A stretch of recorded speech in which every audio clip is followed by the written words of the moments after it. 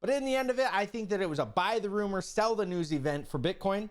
And very soon we could see a price pullback of thousands or even tens of thousands of dollars. Welcome everybody, how's it going? Once again here on Hex News. It's your old boy Hexologist come to save the day. Holy smokes, there's been a lot of news in the last couple days. It's been a really fun time. I haven't been able to say that for a long time, right? Most of us have been here through the bear market. The bear market where they made us eat the bugs. But we have stood the test of time. Hopefully we are out of it. I don't think we're out of the woods yet. I do think that there will be other things that come about that hold us back just a little bit, but things are starting to look up. I do think that we're in the hope phase. But let's go ahead and take a look at the old price charts. Let's take a look at them. All right, so first off, we'll take a look at Bitcoin. Bitcoin at $46,463. It came down all the way up from nearly $50,000 or $49,120. Doing great. It's still above the 90 MA, but it is coming down. By the way, guys, I believe, as I said at the first of this show, buy the rumor, sell the news. It always plays out. It always plays out. I'm the idiot. Trust me, I'm a moron. I bought the pulsechain after the news, right? I bought after it. I put a lot of money into pulsechain at the top of literally the exact top. Literally, I made the top of pulsechain when it came, and I've held it ever since. I didn't sell it. Don't get me wrong, it went up.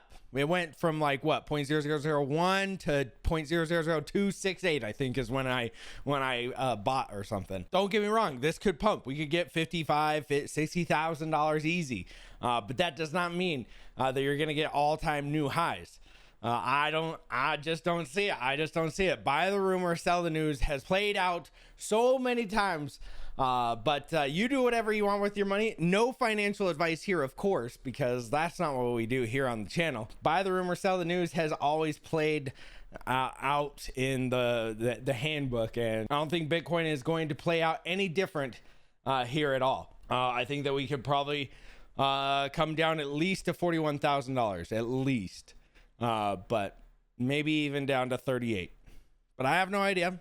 Hopefully this brings in a lot of new investors, and it just keeps pumping. That's what I want it to do. Don't get me wrong. I don't want us to go down, but this is just buy the rumor, sell the news. It happens every single time, and I don't want to be like, it's FOMO time, boys. Get our Power Rangers things. It's FOMO time.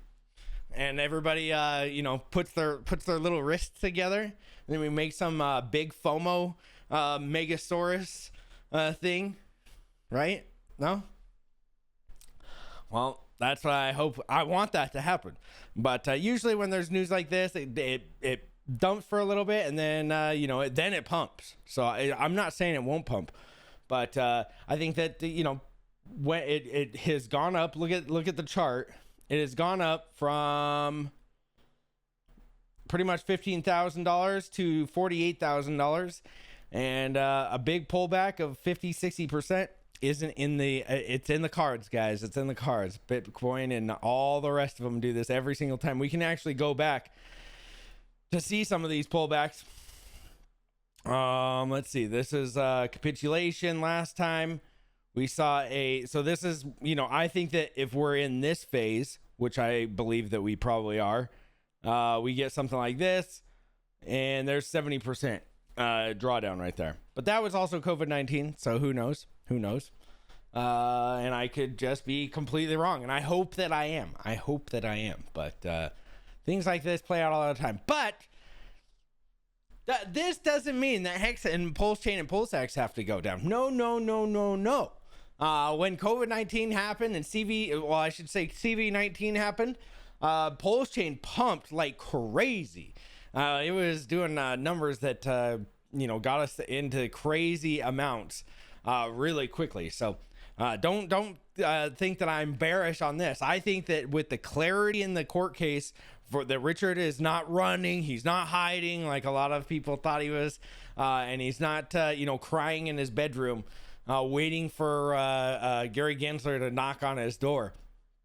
I think that Now that people understand that and see that Richard's going to fight, and then they actually read the document, which if you didn't see yesterday's video, go ahead and look at yesterday's video, because it pretty much pointed out to the fact that Richard has a lot of case law. Everything that he has done followed that it is Hex, pulsechain, and pulsex is not security. Some of them might say, oh, pulsechain and pulsex, oh, they're securities because you did an offering. Well, what would you say to this when I say actually you got $0 coins? Everything was $0, right? Every single thing when we first got it was worth $0. Pulsechain, pulsex, even the extra hex that we got, it was worth $0. So just remember that. Remember that. I think a lot of people are forgetting that. But look at this, 4 zeros, 8.5 right now. We're down about 0.5% on pulsechain. Pulsex, 0.02% up today. 4 zeros, 2.7. 92.8 cents for the incentive token, 2.8 cents up today. And PHEX, 0.37% down today. And EHEX at 2 zeros, 9.4. So we did clear the 1 penny on the EHEX pair, which is crazy.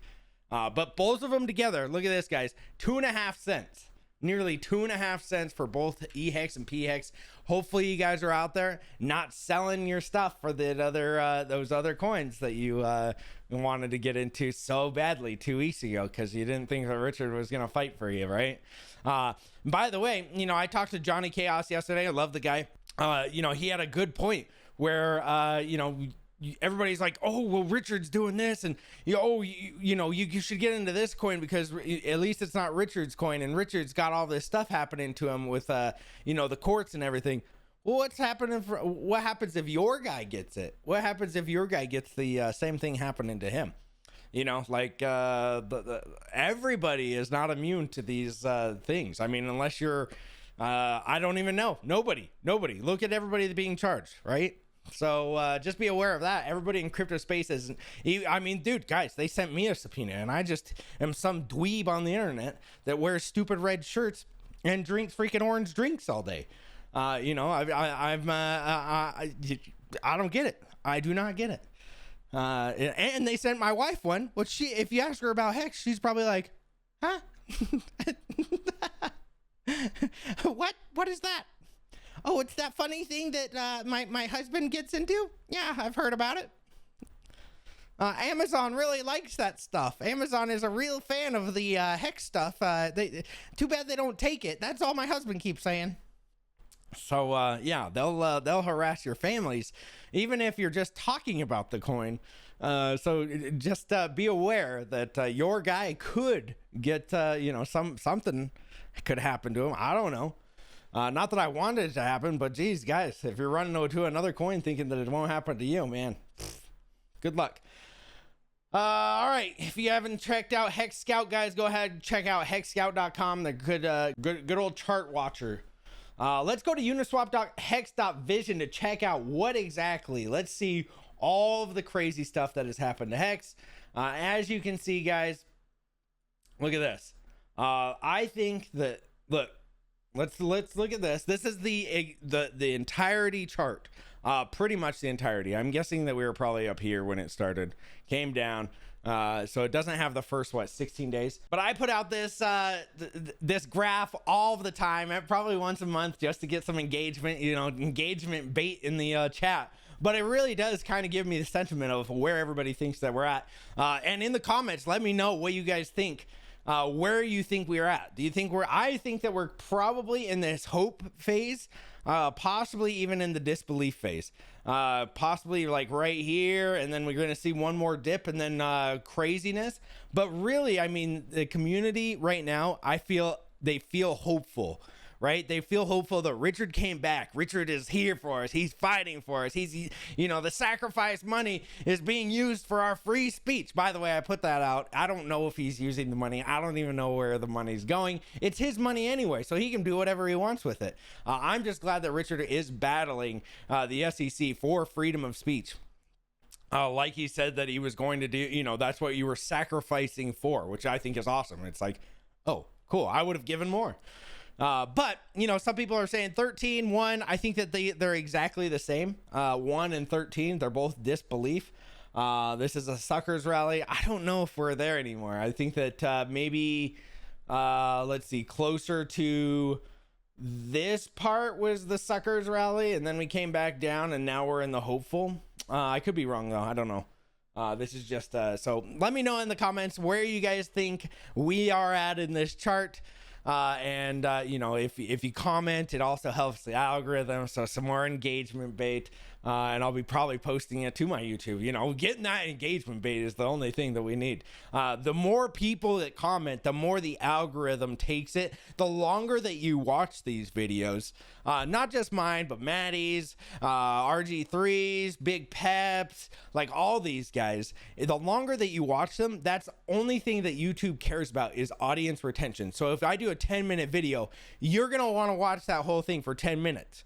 Because the audience retention, if it shows that, okay, I got 1,000 views with the whole 10 minutes audience retention, 100% audience retention, then it's going to kick that out to multiple people throughout this entire platform, and multiple people, or, you know, more people, more impressions are going to be seen with with Hex, right? More people are going to see it. So this is our kind of guerrilla marketing to, you know, watch it as long as you can for everybody's video.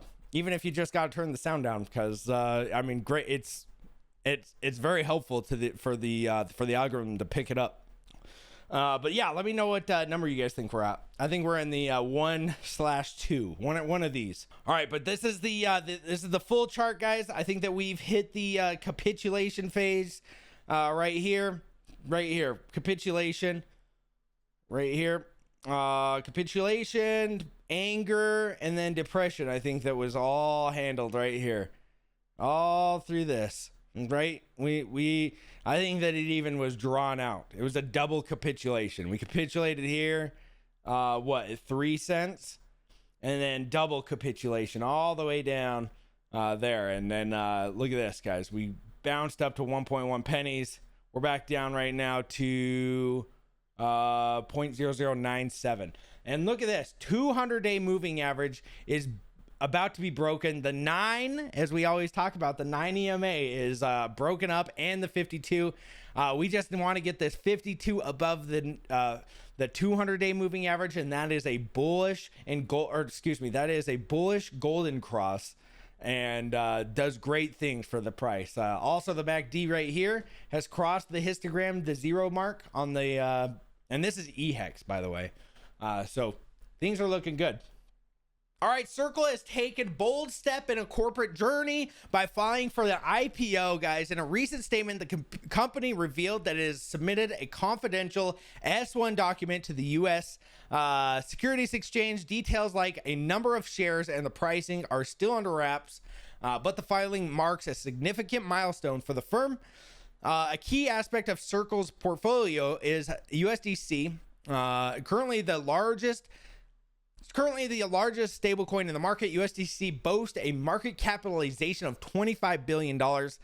This places it behind Tether, the market leader, with a capitalization of $95 billion, according to market cap. But, you know, both of these can be shut off. Both of these can just say your address is not applicable, and what they can say we're not going to receive your money. So just be aware, if you're going to use USDC or Tether, just always be aware that they can shut these off at any time. This isn't real crypto.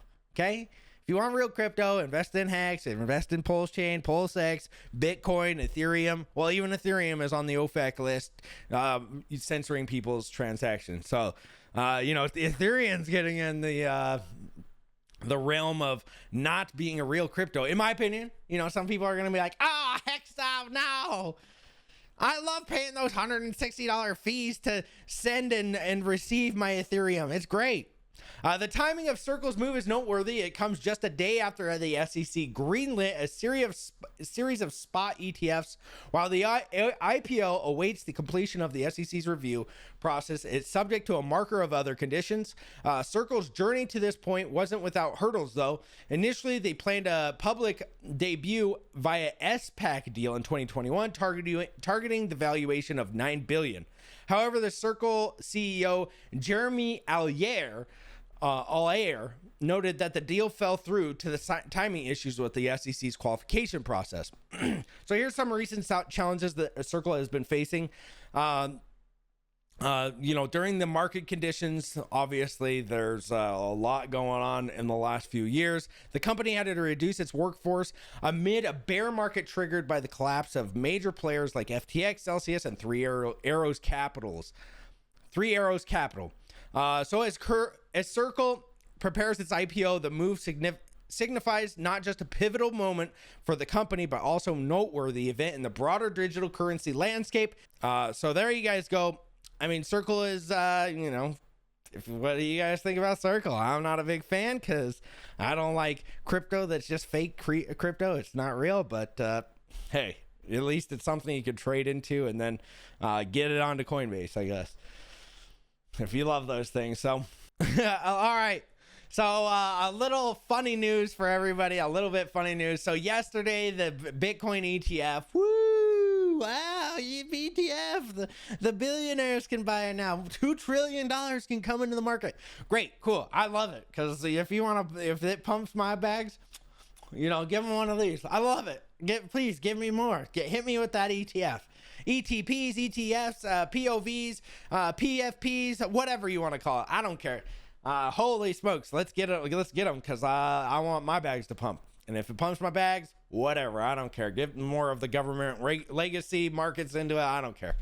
But so pretty much, Gary Gensler, he said, while we approve of the listings and trading of certain actually, we got to do like some fish face voice.